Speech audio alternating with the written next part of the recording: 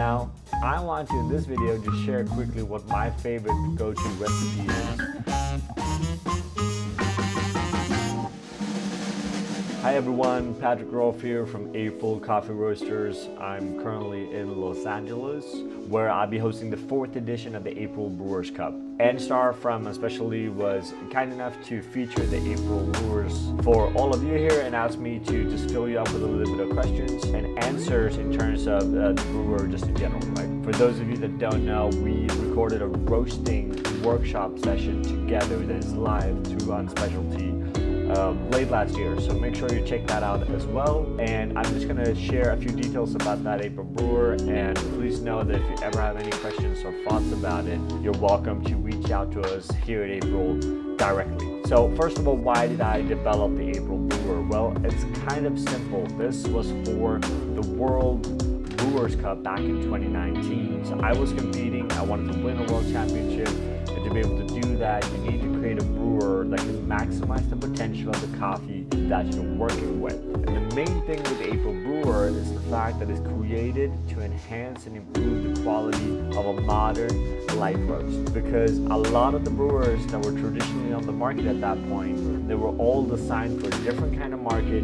with a different kind of brew style. So if you look at brewers like Kalita and B60, they're all amazing brewers. They were created at a time where people were roasting coffee very differently. And how you roast a coffee is going to decide how that coffee is going to brew, and the brewer has to be designed for it. So everything with the Eipril brewer is designed specifically to enhance the quality of a lighter roasted coffee. And when I say quality, I mean tactile qualities, which means mouthfeel, I mean sweetness, I mean acidity, I mean balance, I mean clarity of flavors. So that's really the main thing with it. There's several design features, both the angles on the walls, the filter holders on the inside, the wings on the outside.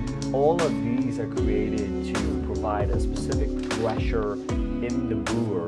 When we brew coffee, we talk about under pressure, moving up, and over pressure. And this is going to have a big impact on that flow rate, meaning how that water goes through the coffee.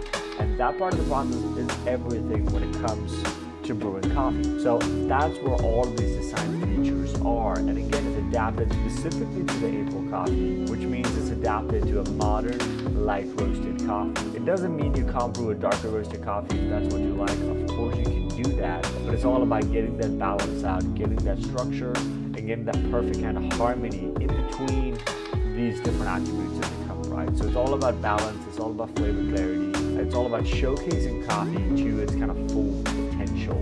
Now, we have made a custom-made paper filter. This is the only paper filter designed to use with the Eipril brewer. So if you use it and you want the best result, make sure you have those paper filters. Now, what is the difference? Well, there's plenty of things that are different from the paper filters that already exist. One, it's designed for the Eipril brewer, which means the measurements are specific for that brewer. Two, the microns in the filter is different from any other paper filter on the market. Three, the paper pulp we're using or the wood pulp we're using is also different. So basically this paper filter is very different from any other paper filter that you can find on the market. If you want the best possible quality coming out of it, then that is what you're going to be using. So keep that in mind when you're using that Eipril brewer. Now, in terms of recipes, we have tons and tons and tons of recipes on YouTube. We have a big home brewing YouTube session as well, where I'm meeting different home brewers using the Eipril brewer all around the world, and they share their favorite recipes